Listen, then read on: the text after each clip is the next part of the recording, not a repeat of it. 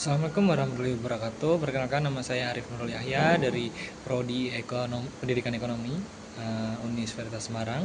Di sini saya ingin menjelaskan terkait dengan ujian tengah semester mata kuliah Ekonomi Internasional, yaitu dampak perdagangan bebas terhadap perekonomian negara berkembang.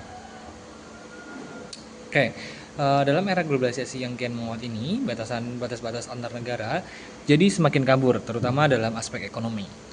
Nah, aktivitas perdagangan ini tidak lagi terbatas dalam wilayah domestik, tetapi telah berkembang menjadi jaringan global yang saling terhubung. Nah, perdagangan internasional ini menjadi fondasi utama dalam pertumbuhan ekonomi dunia. Dan dari sinilah muncul konsep perdagangan bebas, sebuah sistem yang mendorong pertukaran barang dan jasa antar negara tanpa hambatan tarif, kuota, ataupun kebijakan proteksionis lainnya. Nah, perdagangan bebas ini diyakini dapat menciptakan efisiensi pasar, memperluas pilihan konsumen, meningkatkan inovasi, dan memperkuat hubungan antar negara. Negara-negara seperti Amerika Serikat, Jerman, dan Jepang telah lama menikmati manfaat dari sistem ini, terutama karena kemampuan mereka dalam memproduksi barang-barang bernilai tambah tinggi dan menguasai pasar global. Namun, di sisi lain, negara-negara berkembang menghadapi tantangan yang kompleks dalam menyesuaikan diri dengan mekanisme pasar bebas yang kompetitif dan penuh tekanan. Kemudian masalah muncul ketika negara berkembang harus membuka pasar tanpa kesiapan industri domestik yang memadai. Ketimbangan daya saing, ketergantungan terhadap ekspor komoditas mentah, dan ancaman terhadap keberlangsungan sektor UMKM menjadi tantangan besar yang tidak bisa diabaikan. Apakah perdagangan bebas benar-benar membawa keuntungan bagi negara berkembang atau justru memperlebar kesenjangan ekonomi global? Nah, pertanyaan ini menjadi semakin relevan ketika kita menyaksikan dampak konkret dari perjanjian dagang bebas yang telah diterapkan, baik dalam bentuk peningkatan ekspor maupun kegagalan industri lokal dalam mempertahankan eksistensinya. Oleh karena itu, penting untuk mengkaji secara kritis bagaimana perdagangan bebas mempengaruhi perekonomian negara berkembang, baik dari segi peluang maupun resikonya.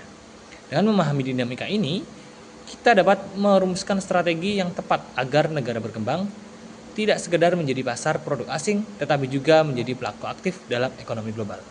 Nah, kemudian, salah satu manfaat dari perdagangan bebas bagi negara berkembang adalah terbukanya akses pasar global. Produk lokal, terutama dari sektor pertanian dan manufakturingan, memiliki peluang lebih besar dan diekspor di negara-negara maju. Contohnya, ekspor tekstil dari Bangladesh meningkat pesat sejak negara tersebut mendapatkan fasilitas perdagangan dari Uni Eropa melalui skema Everything But Arms atau EBA. Peningkatan ekspor ini telah menciptakan jutaan lapangan kerja, terutama bagi perempuan, dan mendorong pertumbuhan sektor ekonomi yang sebelumnya kurang berkembang. Begitu pula dengan Vietnam, yang berhasil menjadi salah satu eksportir elektronik dan tekstil terbesar di Asia Tenggara setelah bergabung dalam berbagai perjanjian perdagangan. Selain akses pasar, perdagangan bebas juga mendorong masuknya investasi asing langsung. Perusahaan multinasional cenderung lebih tertarik menanamkan modalnya di negara-negara dengan kebijakan perdagangan terbuka. FDI membawa teknologi, keterampilan, manajerial, dan inovasi yang dapat meningkatkan produktivitas ekonomi lokal. Sebagai contoh, sektor otomotif di Thailand ini berkembang pesat karena adanya investasi dari Jepang, Korea Selatan, dan negara-negara barat yang memanfaatkan Thailand sebagai bisnis produksi regional. Namun, di balik manfaat tersebut, terdapat tantangan struktural yang dihadapi oleh negara berkembang. Salah satunya, masalah utama adalah ketimpangan daya saing. Negara maju dengan teknologi tinggi, efisiensi produksi, dan kapasitas inovasi memiliki keunggulan yang memproduksi barang-barang industri bernilai tambah tinggi.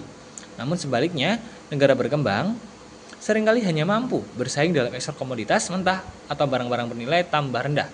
Akibatnya, neraca perdagangan menjadi timpang, dan pertumbuhan ekonomi cenderung bergantung pada fluktuasi harga komoditas global.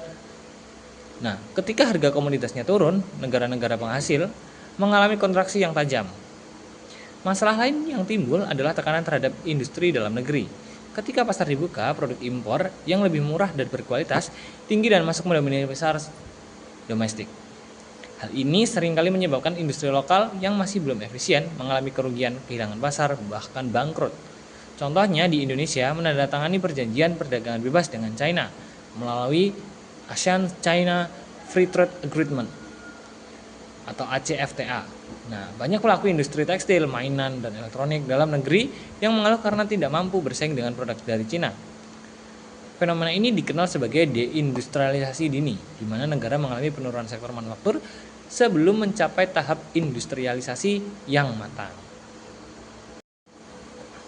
Selain itu, perdagangan bebas juga dapat memperdalam ketimbangan antar wilayah dan antar kelompok sosial. Daerah atau sektor yang tidak mampu menyesuaikan diri dengan perubahan pasar global cenderung tertinggal. Sementara kelompok elit ekonomi, korporasi besar yang memiliki akses terhadap informasi dan modal akan lebih diuntungkan.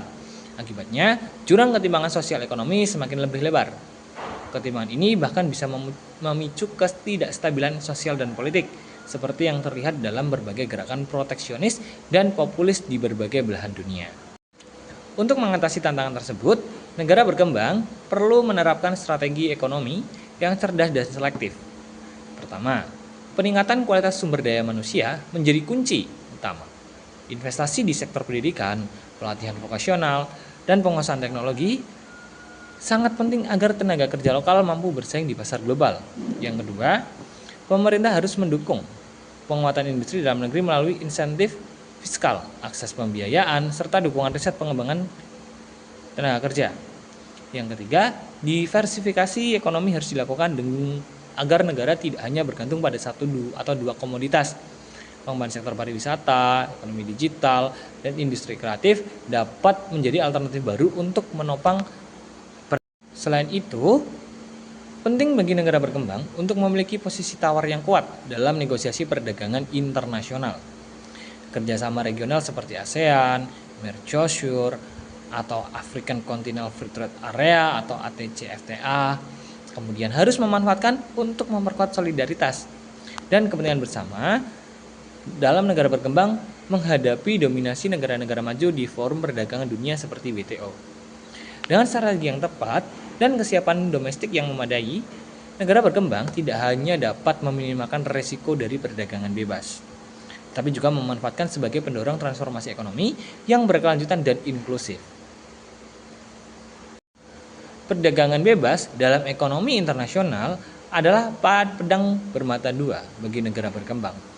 Di satu sisi, sistem ini memberikan peluang besar untuk mengakses pasar global, menarik investasi asing, dan mempercepat pertumbuhan ekonomi melalui peningkatan ekspor dan transfer teknologi. Negara-negara seperti Vietnam, Bangladesh menunjukkan bahwa strategi yang tepat, perdagangan bebas bisa menjadi alat yang efektif untuk keluar dari ketertinggalan ekonomi di negara tersebut. Namun, di sini perdagangan bebas juga membawa risiko yang serius, terutama ketika negara berkembang belum memiliki infrastruktur, teknologi, dan daya saing industri yang memadai. Keterbukaan pasar tanpa perlindungan dan persiapan dapat menyebabkan kehancuran sektor industri dalam negeri. Nah, kemudian peningkatan ketergantungan terhadap komoditas primer, serta melemahnya kedaulatan ekonomi, bahkan dalam banyak kasus, ketimbangan sosial dan ketidakstabilan ekonomi ini justru meningkat akibat distribusi manfaat perdagangan yang tidak merata. Nah, oleh karena itu, solusi tidak terletak pada menolak perdagangan bebas, melainkan pada bagaimana negara berkembang menyikapinya secara cerdas dan strategis. Investasi pada pendidikan, penguatan sektor strategis domestik, diversifikasi ekonomi, serta diplomasi perdagangan yang berpihak pada kepentingan nasional adalah langkah-langkah konkret yang harus ditempuh.